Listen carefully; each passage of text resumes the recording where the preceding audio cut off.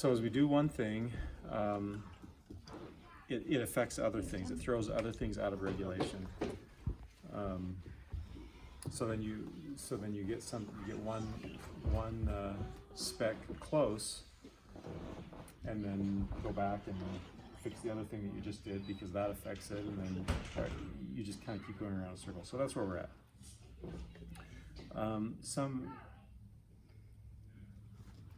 So we've got our white section ends. Those should be correct, I believe. No, they are not correct. Okay, well, that'll be something that we zero in on. So I think where the big gap is on this one is really with the jack position rip lever height. So let's start there. Jordan, to kind of, you have a lot of these taped. Yeah, that was the clicking? No, not those ones. It was with the jack. I just didn't take them off as I was going, which is proper. But a lot of mark clicking. Mm-hmm. But it wasn't like that. Like, that's not the reason why I taped it. Okay. It was with the jack, which I had fixed but neglected to take off. Okay, so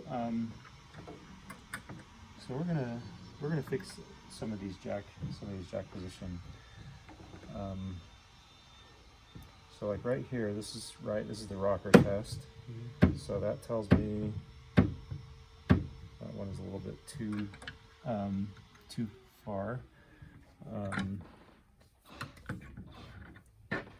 Because it's skipping like that. Okay, so that's better. Which is what we want. We want it to hold when we push fairly hard on both the hammer and the key and kind of go up and down. Some of these, they look like they're too far forward, and I think that's why some of these, like if you look at this one, the click that you hear there is this jack is too close. It's too far that way. So obviously that one is as well. And I think, yeah, so it's like where it rests, it's the jack isn't even touching the button isn't even touching the little stopper thing, right? Oh. So why don't you grab that action model?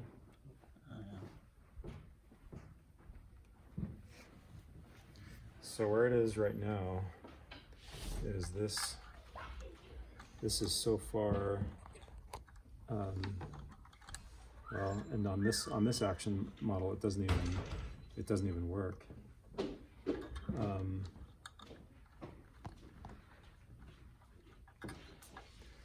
But like that button was so far close to the jack that it doesn't even reach this little stopper, that little spoon. Mm-hmm. Okay. So what's happening? So have a look here. When I push this down and release some of the pressure there, look, now it rests. Watch right there. The way that jack goes in. Now the jack button is resting against its spoon and it clicks every time, so it's just really, really far away. So I'm gonna just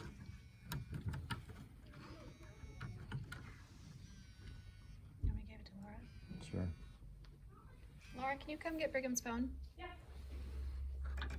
So first thing I'm going to do is I'm going to get it so that it's relatively close to like its neighbor.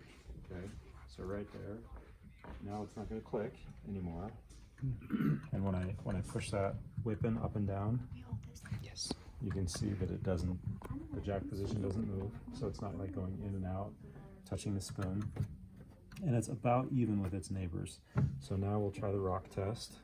Okay, so it's not skipping. So let's try and make it skip.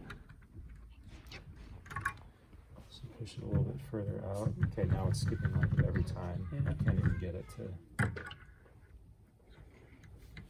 So it looks like I was probably about there. And I was just kind of guessing. Okay, so now I've And got that's the jack slipping out. that is the jack Okay. slipping out from the. So I just gave it another like relatively small turn, like from maybe like a eighth of a revolution, and now it's good.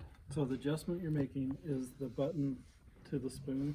Mm-hmm. Okay. It's this adjustment here. So Okay. so what ideally what we want is we want the back edge of the jack even with the back edge of the knuckle core. But where this type of knuckle doesn't have a knuckle core like this is actually a really old school type of knuckle that we don't see very often. Go ahead. No, go ahead. Or you can see the knuckle right there. That's a very unusual knuckle, or it's an old knuckle, and so the only way to do it on this one is just to make it skip and then back it off a little bit. So you've got to find that point where it's skipping, but maybe just barely when you push it really hard, and then back it off so it never skips. The way to do it on most pianos that have normal knuckles or modern knuckles, by modern I mean like post 1920, post 1910, you know, that's modern. You can do it pretty much by just by sight, just by going in here like this and kind of pushing that down, and then you push the next one, push that one down, checking that out, pushing that one down. You can see that alignment of the back edge with the back edge. And it's the same adjustment. Yeah, With that. yeah, it's the same adjustment. Okay. The only and then once you do it all by sight, then you can go through and do your test and see if any of them are skipping. Just go through all 88 of them and do this. Yep. So then you find that one. I can't get it to do it now. Do your test, and if any of them skip, then go ahead and make your adjustment to fix just that one, just so that they never skip while somebody's playing. So that the idea is you just want to be sure that jack gets back onto the knuckle, so it resets every single time, and that when you hit, especially on like a fortissimo strike, that jack is going to push up on the knuckle and it's not going to slip out. And that's what's happening when we're doing this, is we're making sure that jack has nowhere to go. The only way that it has to go is pushing that knuckle, and it's not going to flip out, and then that would give you a misfire. So somebody's going to play that note and they're going to get nothing, right? And that's bad. And then on the other side of that, you don't want it too far in because then it won't be able to. Yeah, you don't want to go too far because that'll affect repetition. That'll slow down your repetition. So because we don't have the knuckle core on this one, we basically just have to go through all 88 of them and get them just to the point where they're just barely skipping, and then back it off just a little bit. And so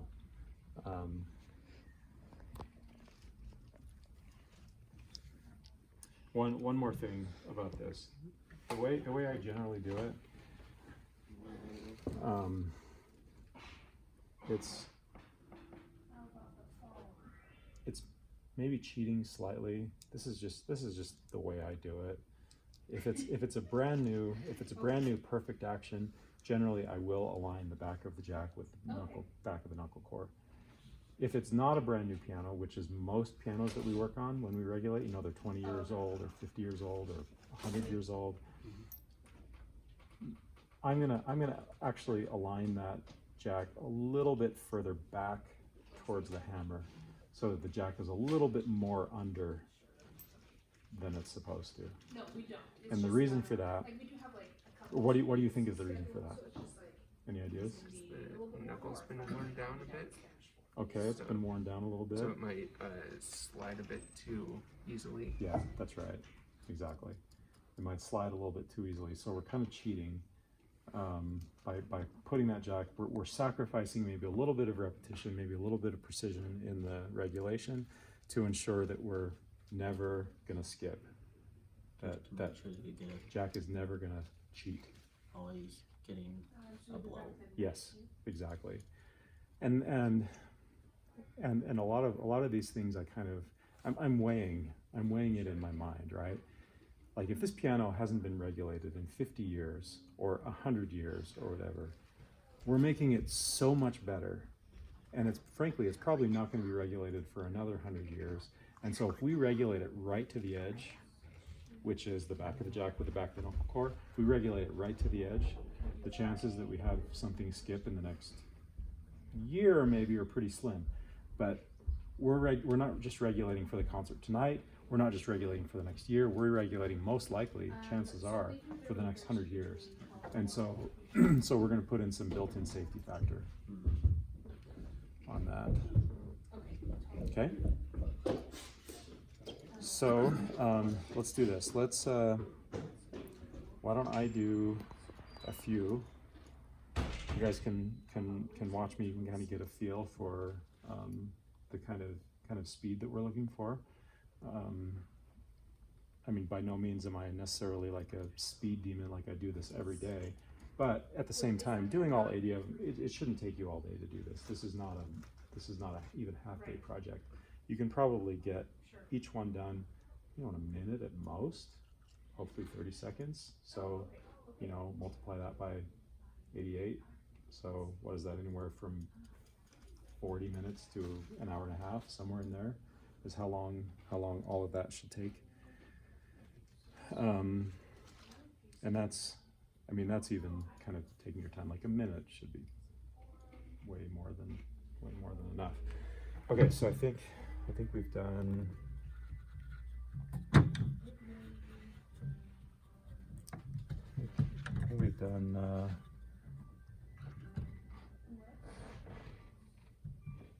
Yeah, we've done the first three. So the fourth one, again, it's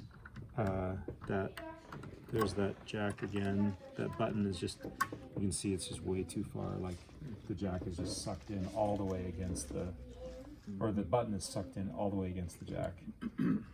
See that? Then when I push it down to relieve that pressure, then the jack is free to go against the button and the spoon. So as just kind of a guide, I'm just going to give it a lot of revolutions, get it out more or less even with its neighbor, and that's kind of my guide. Okay, so I'm about even with the neighbor. Okay, and it's not cheating. So I'll go a little bit more. So it is cheating. There it is. And I'll back it off. Test one more time. Okay, back it off a little more.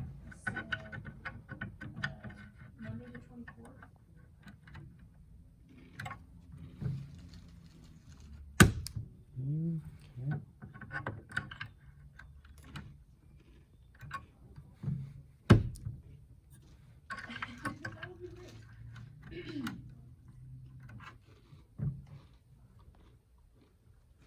I'm comfortable with that.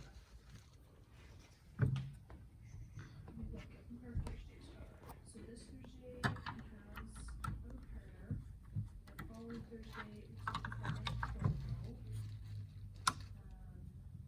Okay, not cheating, so I'll try and make it cheat by turning it which way? The right. To the right. Very good. Just doing little by little.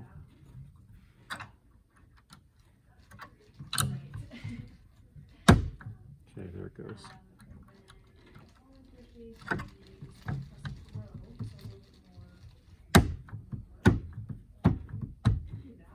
I wonder if the rep lever, maybe the capstan, I don't know. But the rep lever height seems. And I'll just, I'll double check with Brigham on that, but there should be.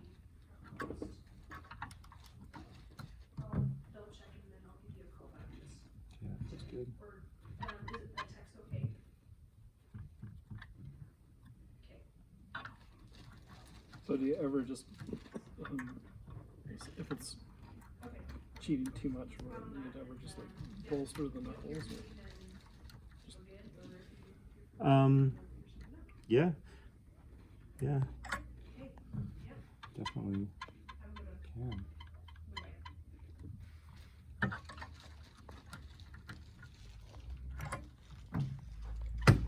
I guess I'm just thinking, how do you know if it's too worn out? You know, if you can't get it to, Can't get it to stick. yeah. Okay, that's good. Yeah, all of these, I don't know, all of these are like totally pulled in all the way.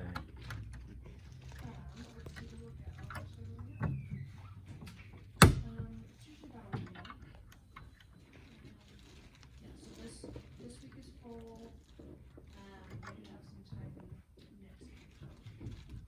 Okay. All right. Anybody, Andrew, you want to see if that one to try? So what you're doing.